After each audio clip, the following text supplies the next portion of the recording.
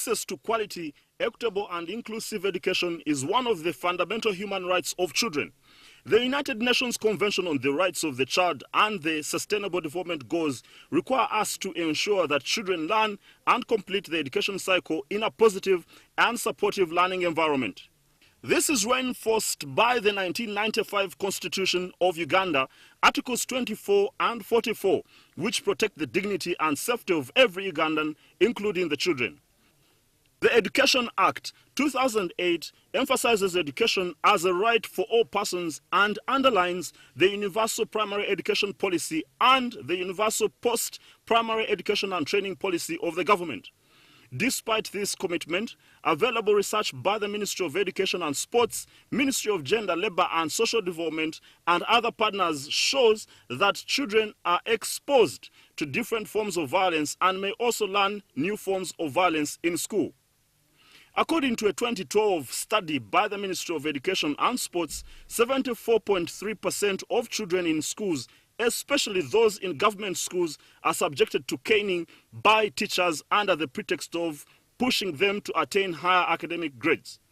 82% of the children in that study reported being subjected to hard labor, such as digging, slashing, and collecting water at school as a punishment to instill discipline. Additionally, some adults and learners even reported that it is their belief that these methods are considered a normal way to discipline children, despite the Ministry of Education and Sports banning corporal punishment in 2006. According to the same study, 77% of primary school children and 82% of the secondary school students experience sexual abuse while at school. The reported acts of sexual violence include defilement, sexual comments and gestures, inappropriate marriage proposals, which include fondling and touching in a sexual way, which is referred to by Ugandan children as bad touching, and forced viewing of sexual pictures or videos. Bullying is also very common in schools, with 80% of children having heard of or witnessed children being bullied, and 43% of children reporting experiencing bullying themselves. Bullying is also viewed by parents and caregivers as the norm, and according to this research, often believe that this behavior is an expected part of the school life.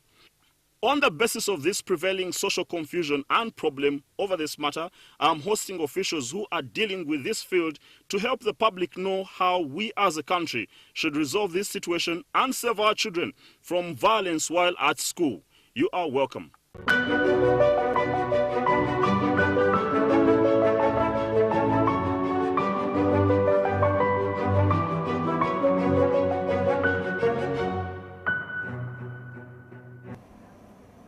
And thank you for joining us, our viewers, from wherever you are here in Kampala, across the country and all over the world. We are coming to you live from the Kampala Serena International Conference Center. We are online and definitely here on TV. Please join us on this particular matter of social concern regarding the violence meted against children in our schools. And the discussion is online. I have a panel of great practitioners in this field who are trying to alleviate this anomaly in our social practice. Please join me, and right on my set, at the extreme left, I have a great gentleman called Hosea Sempakatende. He is the Senior Program Coordinator, USAID Uganda, Literacy Achievement and Retention Activity. Hosea, you're welcome. Thank you very much. Indeed. And in the middle, I have Felista Mbahera, Change Agent and Head Teacher Bamsuta Primary School, Kiboga District. Felicity, you're welcome. Thank you. Yes, and at my immediate left, I have Ms. Rosette Nanyanzi, Gender Program Officer, Ministry of Education and Sports. Rosette, you're welcome. Is that the actual profile? Yeah, no, but I work with the Ministry of Education and Sports, and I'm a research officer on gender and equity issues. Good evening, viewers and listeners of NTV. Absolutely. And I'm Karaga Baldwins, your host. Please, let's engage into this discussion. So let me start with you, Hosea, straight on. Definitely I've given a caption of the array of issues and somehow the magnitude, but I cannot explicitly explain it the way it is. Just help us get a more concretized understanding of the difficulties that we're facing in this regard about the violence against children in schools. Thank you very much. In our schools, currently and time immemorial, violence is like a norm, unacceptable practice, where learners go through different aspects of violence. The caning where people think performance and caning are synonymous. If you have to perform well, you have to be punished. When we go to our homes, or the way when children are around home, there are some practices which have been normalized, and they think it should be, when actually it's violence against children which is leading to learners, one, drop out of school, two, hate themselves and start venting the same violence to other people, and then people start asking, why is this happening? And then also learners fail to realize their dreams because of what is either happening home or along the road to school or in the school themselves. So it's a big monster that we need to tackle and arrest as early as possible as a country.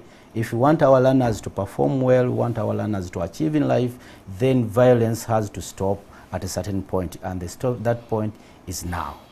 Thank you. Okay, and I think this is the campaign driven across the national media to make sure that this is dealt with.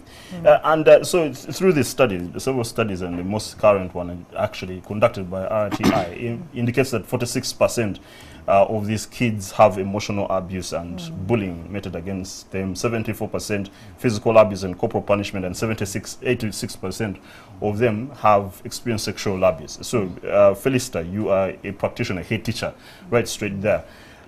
Just help us understand the causes. Why is this persistent? What is the cultural phenomenon that fuels this? Yes. Okay, thank you so much. There are so many causes of violence in schools, but the biggest is the attitude. This starts from their homes.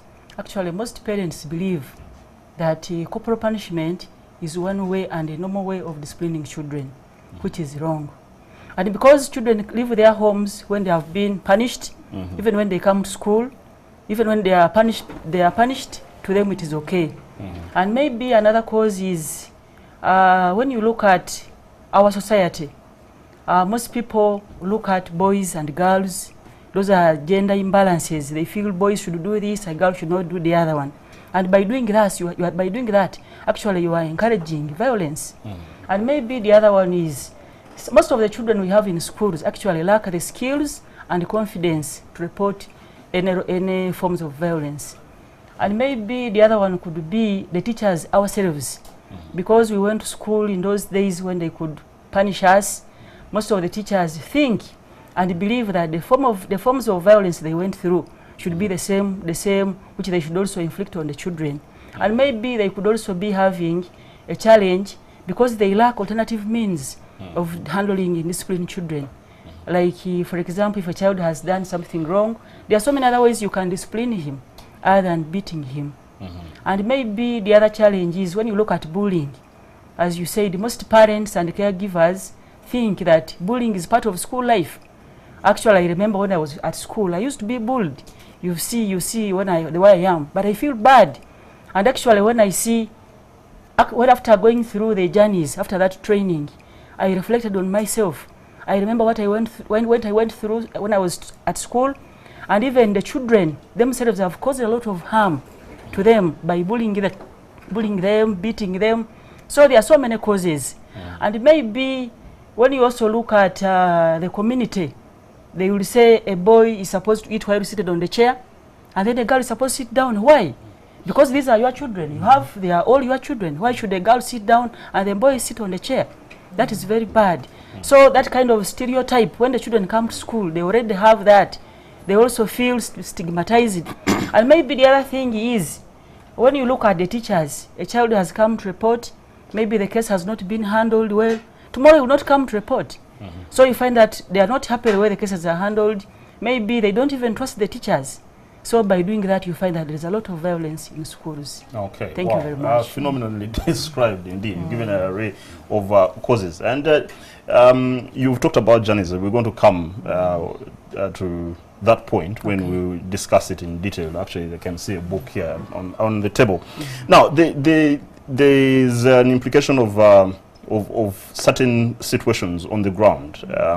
especially on the survival rates of kids being in school. 7 out of 10 in Ugandan schools, actually from primary 1, do not make it to the end of the primary cycle.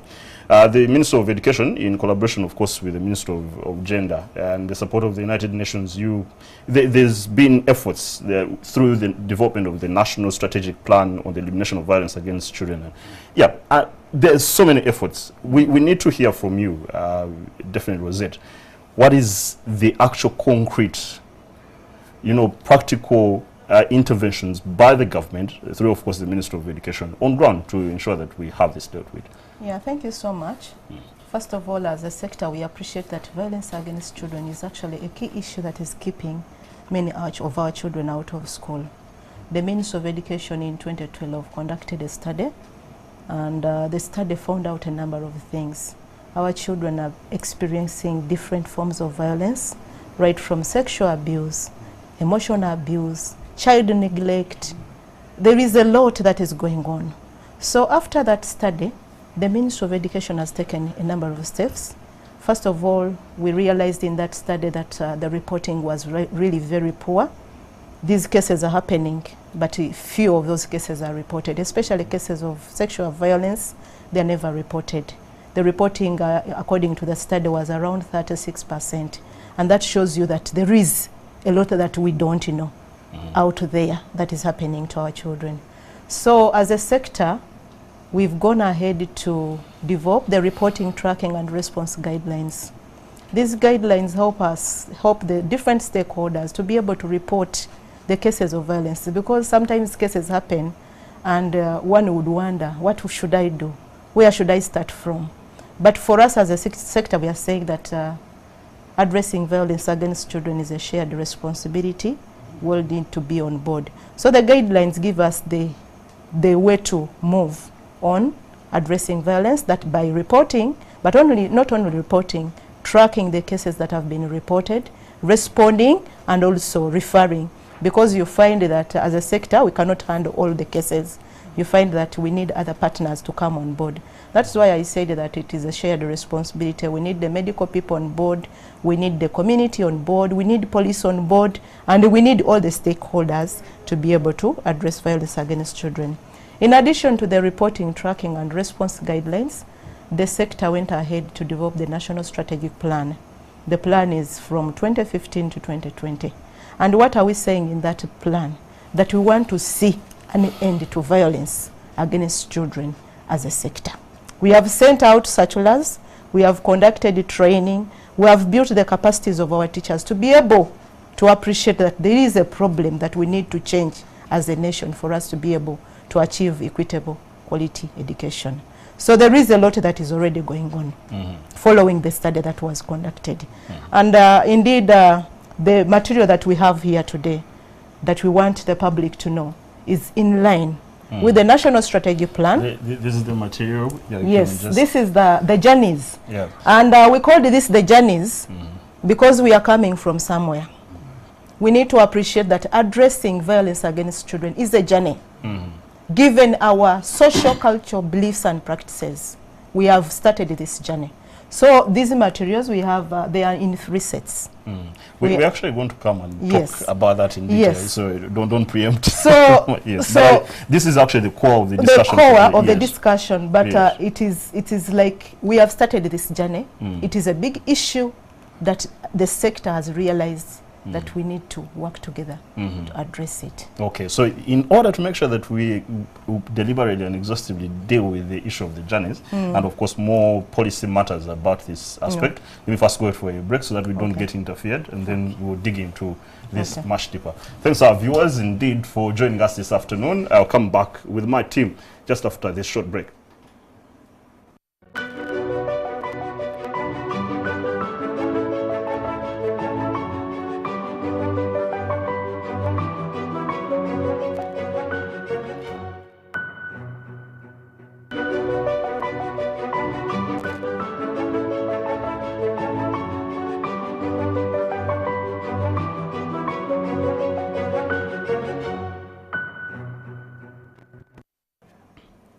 I'm Karaga Baldwins, and very delighted indeed that you're joining us here at 10 TV, coming to you live from the Kampala Serena International Conference Center. And I'm hosting an array of personnel, educationists who are involved in the fight against violence against children in schools.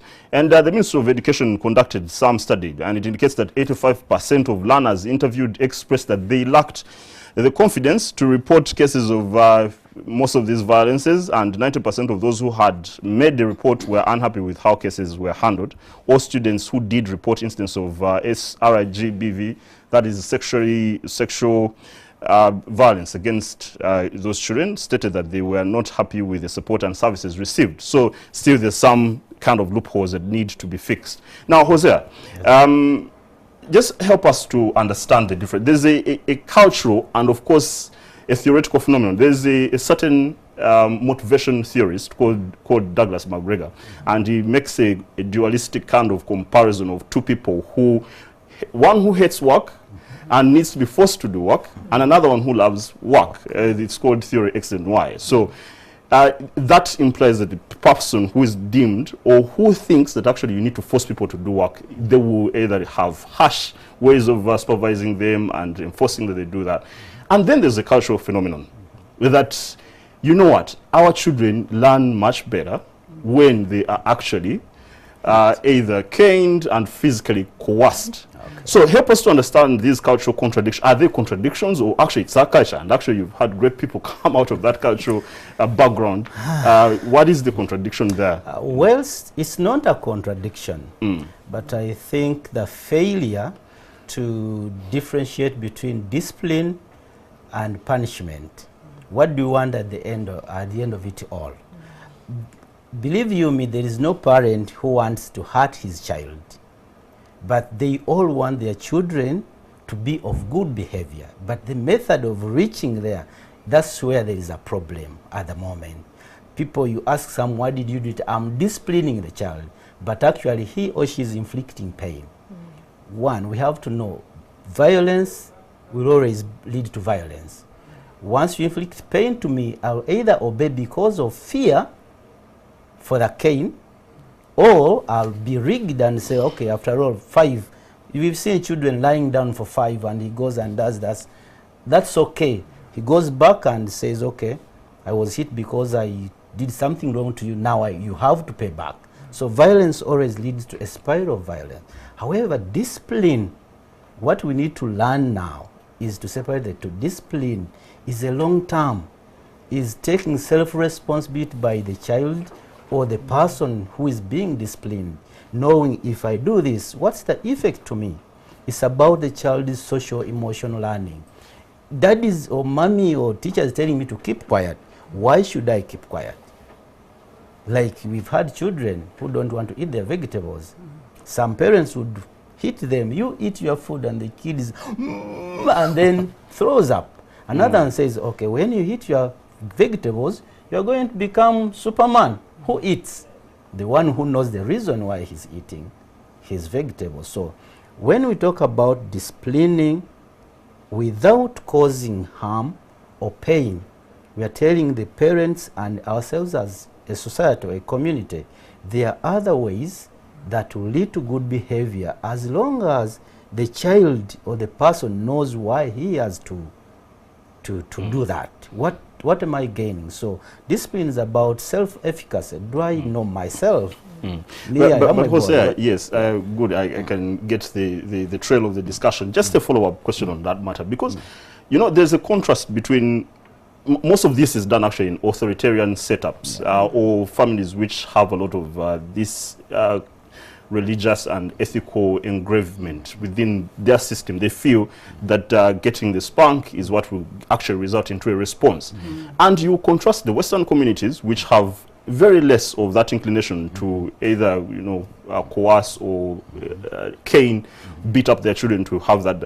They are more morally loose in the perspective of an African person than actually the people who are in countries or perhaps in cultures which are more ruffian. And the argument has always been that actually you have got great people from those cultures, people who are morally stable, people who are, you know, focused. So there will be that counter argument that actually there are people, even you might have been keen and now you're a responsible citizen. How come you didn't turn out to be a failed citizen? I wouldn't say the cane is the one that made me who I am. Because actually in my school, it would take 4 boys to hold me. Wow. To be cane until I was a bit big, and I say, oh, how will others see me crying? But that's the culture that tells us, oh, big boys don't cry, or who I am because of the cane. But then let us compare the two. How many children have dropped out of school? People who would like to achieve, who should have achieved their dreams, but they say, it was too much.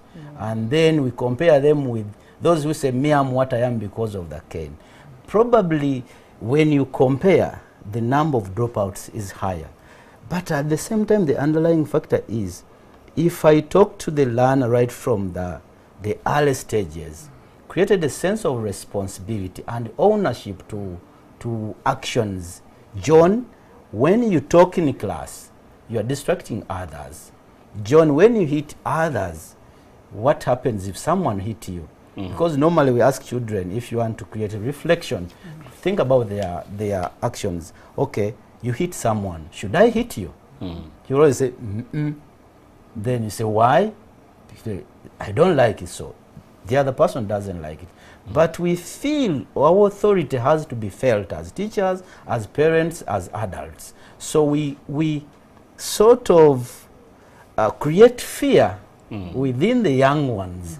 Dad is coming, so keep quiet. What happens when you're not around? When you're not around, they are all over the tables, and then when you're here, so that always comes into something else when they're adults. You found people who don't know how to resolve conflicts other than violence. You hit me, I hit you. So that's what society has, things that they think is what works. You drop the road and spoil a child. Now, if the adults, we make mistakes, don't we? Of course. Are we hit? No. No, why not? Okay. So that's the argument. All right. So on that very exploratory and, you know, comprehensive response from Hosea, pretty convincing. But it takes time, definitely, to have that change. Now, let's get to the focal aspect, the journeys. Now, Rosette, take it on. Help us explain what this journeys handbook is all about, what it is intended to accomplish, and how it is actually being implemented now. Thank you so much. Like we said, the name journeys. We have started a journey. Addressing violence against children is indeed a journey. So the journeys is a 3-set book. There are 3 sets. We have journeys for the community. We know that our children are coming from the communities, and within the communities, there are so many cases of violence that are inflicted on our children. So we need, as a sector, to engage with the communities to make sure that we address issues of violence. Within on the screen, watching are the themes that are involved in that book. There are 5 of them, and so I hope you can read them off the screen. So we also have the journeys for the teachers. Like Hosea said, our teachers still think that the best way to educate our children is through beating. So this material again will help our teachers to be able to have alternatives, other options of disciplining children than violating them. Then the children themselves, because they also violate themselves, the study that was done by the Ministry of Education also shows us that there is a lot of bullying, sex to sex, child sex still happening in our schools. Use of abusive language is still happening, and our children don't know. So this material for the learners, it's a journeys for the learners. It will also help them to be able to appreciate the different forms of violence, be able to report them, be able to seek support whenever they encounter any form of violence. Because the research that we did shows that, yes, much as the children are experiencing violence, and indeed as we've been sharing here, many of our children don't report. Unfortunately, some of our perpetrators are the very people that are supposed to protect our children. For example, the teachers. The study showed that 77% of our children we are subjected to sexual violence. Surprisingly, 69% of those children the perpetrator was the teacher. So what is it that we are saying? Through the journeys, we are empowering with our learners with knowledge and skills and the capacity to be able to appreciate that this is a form of violence and we need to report. Some of these cases, when they happen, especially for our young people, some child may think that it is normal, but it's not normal.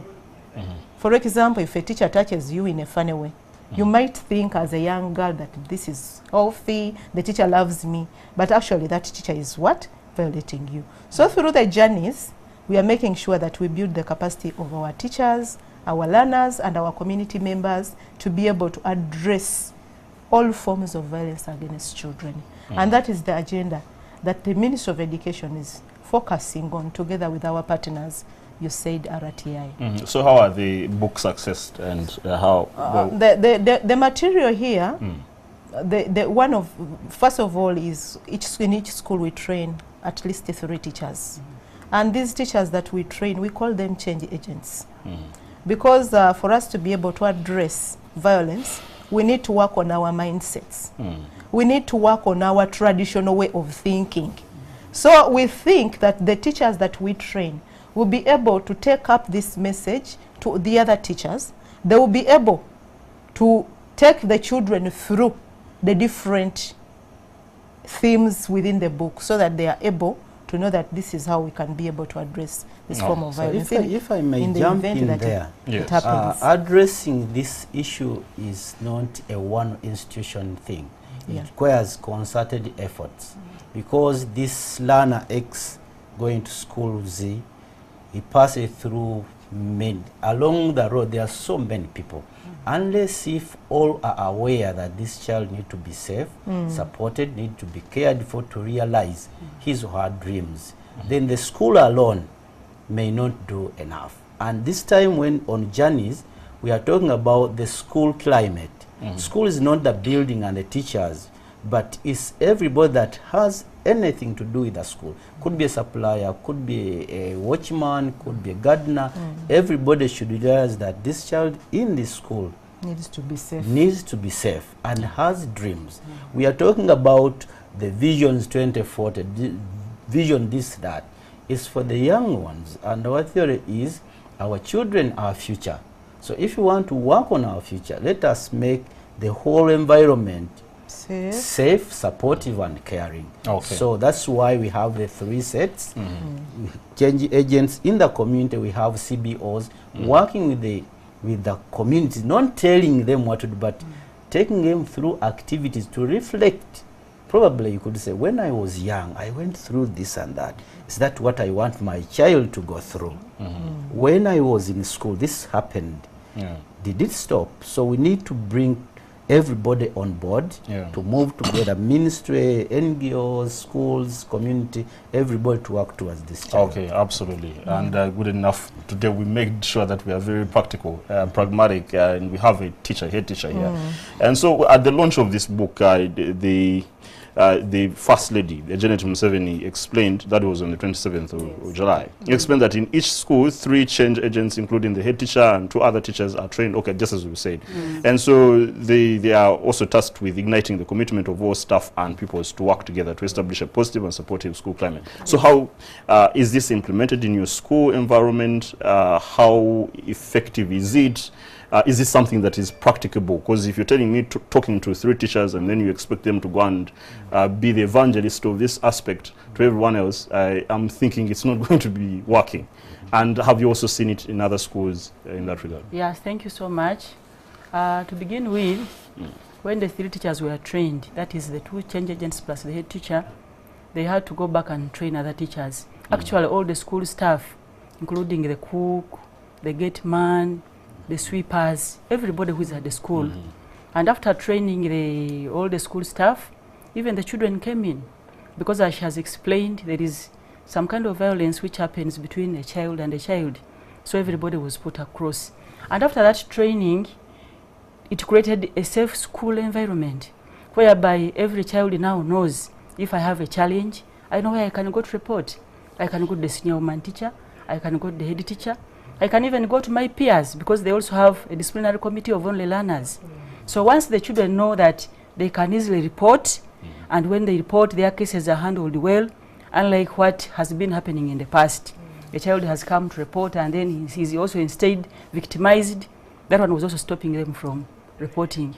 But now, after that training, as I've said, these children are now free. Actually, like in my school, the children call me grandmother.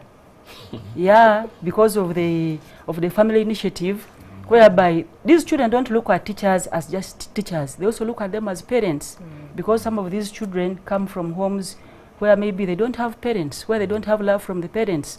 So we expect them to look at us not only as teachers who's going to teach mathematics in the class, but also that in that aspect of a parent. So when a child has got a problem, he comes to you to report. Headmistress, I got this challenge. So it is not just a matter of reporting. You have to make a follow-up. Somebody has reported he has been bullied. What do you do as a head teacher? You talk to this child in a friendly manner to get all the information you need.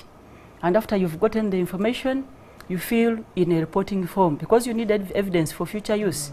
After you have filled that reporting form, you also need evidence. Because a child, sometimes we've known, they accuse each other falsely. So you will need evidence. You call other children, you actually working hand in hand with other teachers. You try to get evidence. Is it true that Justin was bullied? If it is true, who bullied her? So you get the evidence. If it is a simple case, you handle it accordingly, actually using other alternative means of disciplining this child. Not necessarily beating them, but other forms. For example, if it is during the class and maybe the child is disturbing, there are so many things you can do. You can give him a time out of the class. And you are teaching mathematics, somebody is disturbing, say, you go and get a chair, sit somewhere there. And meanwhile, that child is seated there, he's reflecting on what he has done. Because he's missing a lesson for 5 minutes, he will begin thinking, I think I did bad. My children, my colleagues are now learning, but for me, I'm outside. And now after the 5 minutes, you call him back in the class. And then you want him to talk about what he did. If this child reflects on what he has done, maybe he will even understand. He will even change. He will even feel sorry for what he did. If the child also continues doing the same thing, you can do something else. You can say, you know what, make an apology. Because you are disturbing the whole class. Can you apologize to the whole class? Please, class, I'm sorry, I will never do it again. If it is consistent, you can tell him to write a letter. He writes committing himself that I will not do this kind of crime again. That is all. That is alternative means of what? Of disciplining these children. Crime is a strong word. It's and not a crime, it's just maybe a mischief of sort. Whatever it is. Yes. And if the kind of violence reported or crime or case reported is beyond the school level, we refer to the relevant authorities. It could be defilement. That one you cannot handle at school level. The child has reported, you've got the evidence that is true she was defiled, you refer to the relevant authorities. You refer the girl to the hospital for treatment, or even to do whatever they are supposed to do in the hospital. You're even supposed to inform the police. And meanwhile, as you refer, you're supposed also to do the tracking. Has this child been helped? Because as you are aware, in most cases in the village schools, where there was high rate of sexual violence or sexual harassment, when a child reports and the case is taken to police, there has always been connivance. So what do you do as a head teacher? You need to make a follow-up. If this case was reported to police, has the perpetrator been persecuted? What has happened? Have they negotiated? Or you do all that, find a way of helping these children. And meanwhile you report, you also make a follow-up, as I have said. If you have sent a child to the hospital, what is needed? Because you know sometimes they say, okay, this child needs to be tested, maybe he needs this amount of money. Maybe you contact even the parent. The parent also has to come in. And by doing that, you are creating that environment where every child will feel, okay, next time somebody gets a problem, we will come to you because you've helped. They are looking at you not just as a teacher, but as a parent. Well said indeed. Now, I need to go for a break. Now, Jose, when I come, thanks indeed for this time. It sounds like it's a good practical approach. I would have other questions, but because of my constraint in time, I'll go straight, and we're going to talk about what RTI is doing, and then the issues of economic aspects and the economic maybe misfortunes within certain settings. Do they actually instigate this kind of practice against the children? So I'm going to go for a short break. Thanks our viewers indeed for keeping with us. I'll be back just after this short break.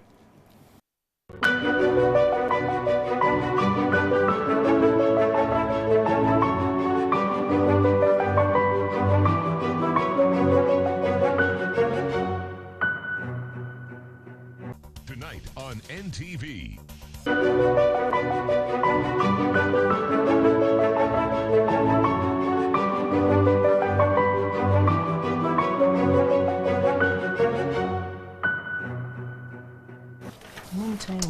Thanks indeed for coming back with us. So, teachers and school staff who participated in this research of journeys, they show they have a voice in the creation of safe and caring for the community and the school, and they understand the challenges children face in obtaining an education, including they say limited opportunities resulting from the community's prevailing gender norms. These are cultural issues, a demanding schedule balancing work at home and school, unsafe paths to travel, and on. Different issues are really making this matter of aggravation and pain infliction upon children to, of course, either force them to do or to learn. And it's very painful. So let me just ask one of our partners in this, whole effort of fighting this phenomenon. This is Hosea. You are representing RTI, you said. Give us the efforts. Of course, as we say, how you're collaborating with the Ministry of Education. What exactly are you doing, and how did you come up with this whole project, and what is the way forward? Yeah, thank you very much. Basically, first of all, the ministry, out of that research, realized the enormity of the problem, but still required funds and resources. So RTI comes in, USAID comes in with the help, the funding.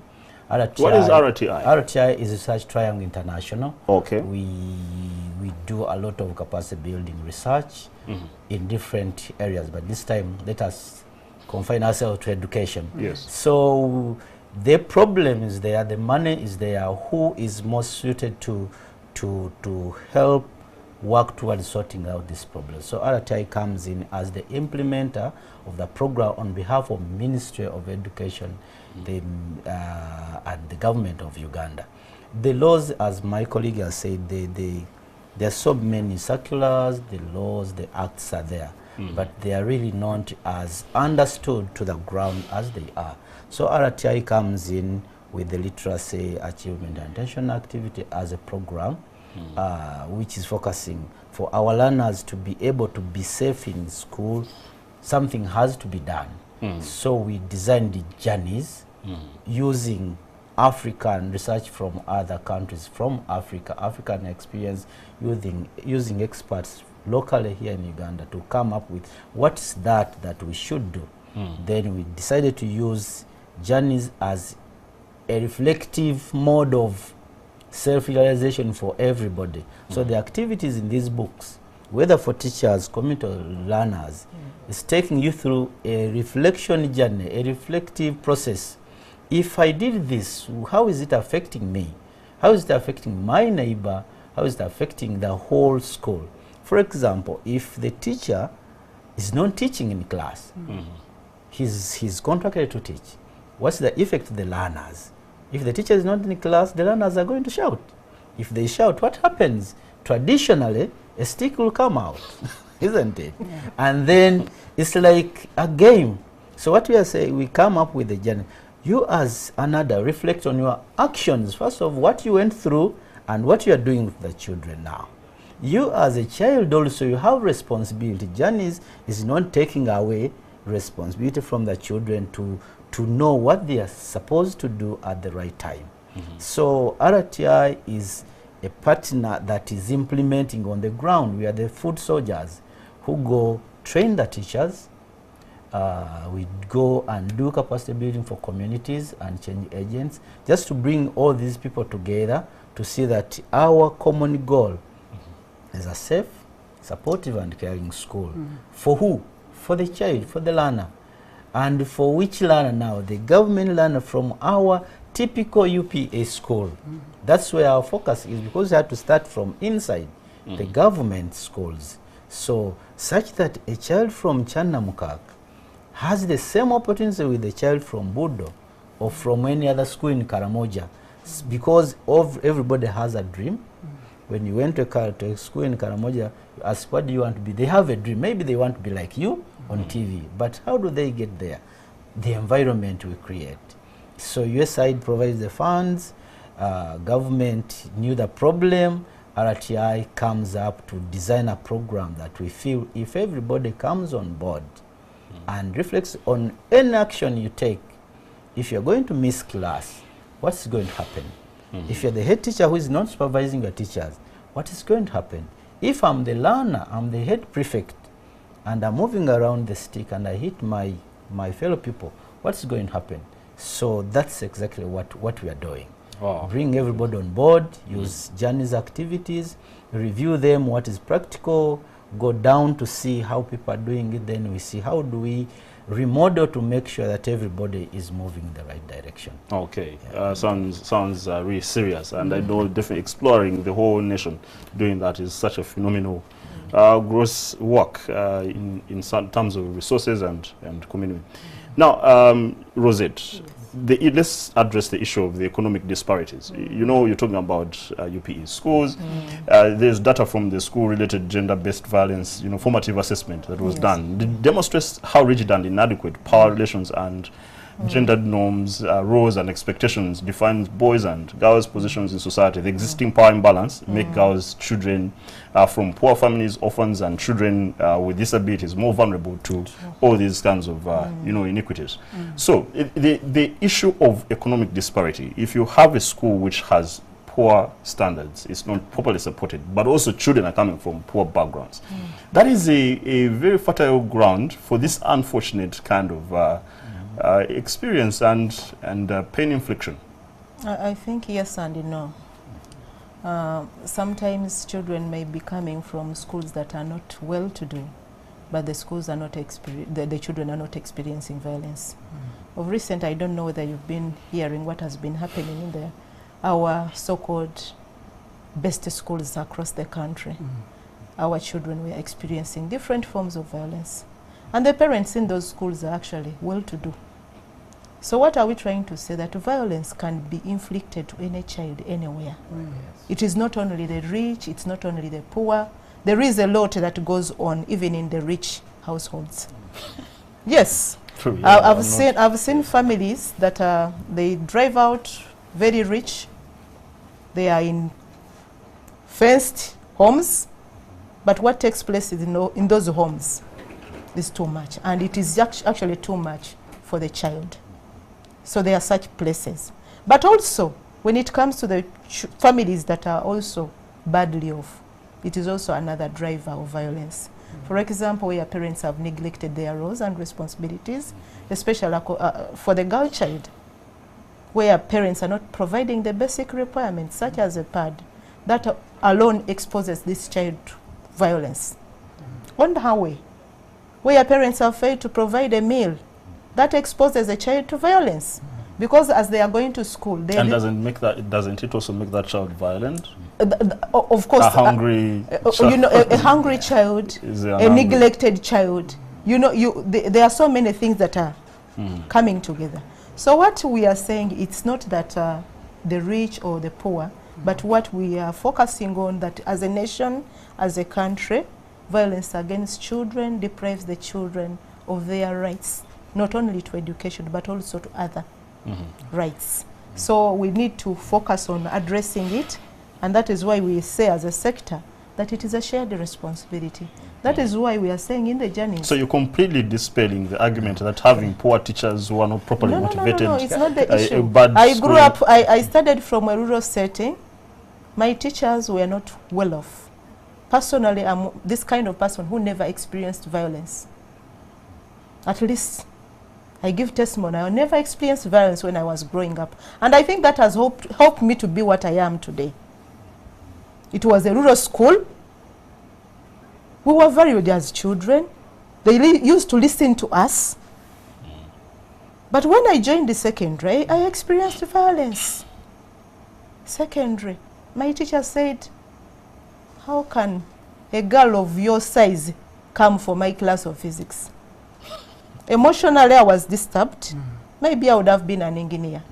So what we are saying, it inflicts a lot of pain and suffering on our children. And as a sector, we cannot achieve equitable quality education when our children are still experiencing violence. We need to do something. And I think the approach that USAID RTI is taking and other partners is the way to go. Let's get everyone on board. Teachers, parents, religious leaders, it is our responsibility. Okay. If I can jump in just as I have about 3 minutes. Whether rich or poor, a child is a child. Yes. You can't be rich, but when you're actually being violated. Because if you gave me all the money not to go to school, just to go flashing around, are you going to be around when I become a man or a woman? Maybe this money you're giving me at school makes me despise the teachers. So that's why I say everybody has to know the consequences of his action. When I do this, if I do this, what's like to happen now and in the long term?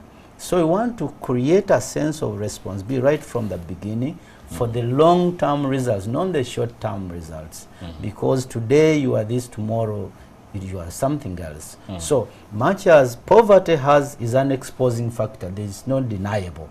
But still, you could be rich when actually what is happening in your house, you are not even there for your children. You've seen what house girls are doing to children. You cover stories around here because the parent thinks, let me make more money to make my child comfortable by being abused when I'm not around. Even the so we need to strike a balance. Even the smartphones that we are buying, the iPads, we are exposing our children to another form of violence, which is again a new trend for Uganda.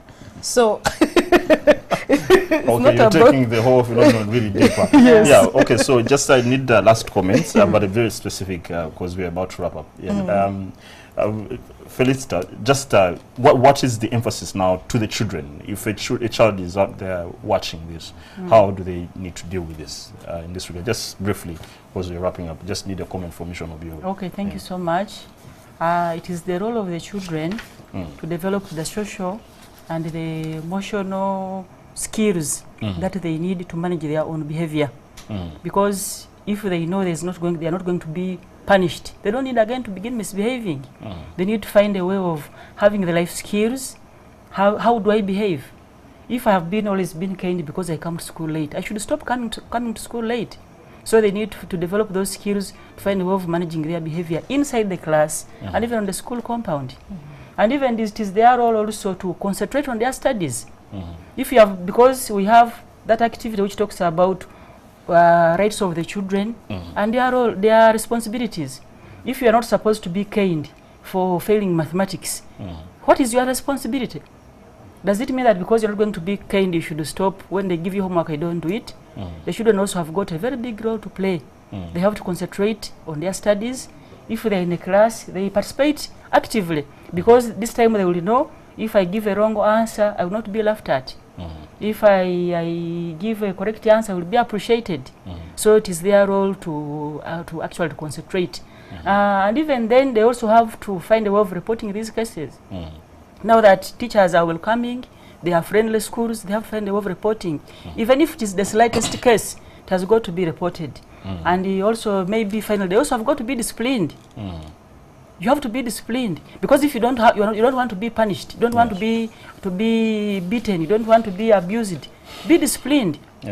Is it okay? Okay. Yes. All right. Great a conversation. And fortunately, I'm being instructed that this is our time up. But I think most of the issues that we needed really to talk about are exhausted. And a book is out here. I think you can go to the Ministry of Education and RTI, you said, and perhaps you can. There are actually 3 sets. Yeah, there are 3 sets. So you can get a follow-up on the USAID RTI offices and the Ministry of Education.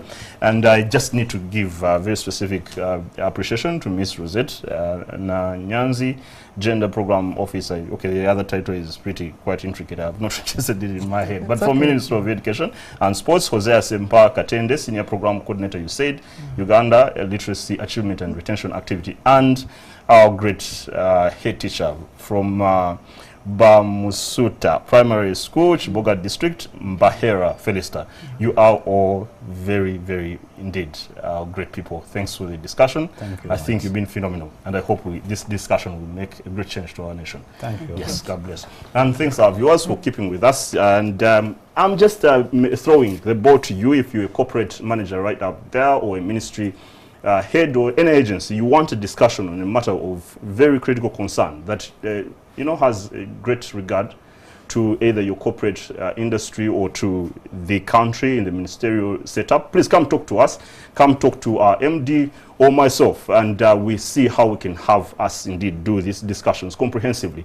Thanks to my marketing team, my producer, our control room technicians and graphics. God bless to all of you, our viewers. I'm Karga Baldwins. Have a great evening. The beat is next.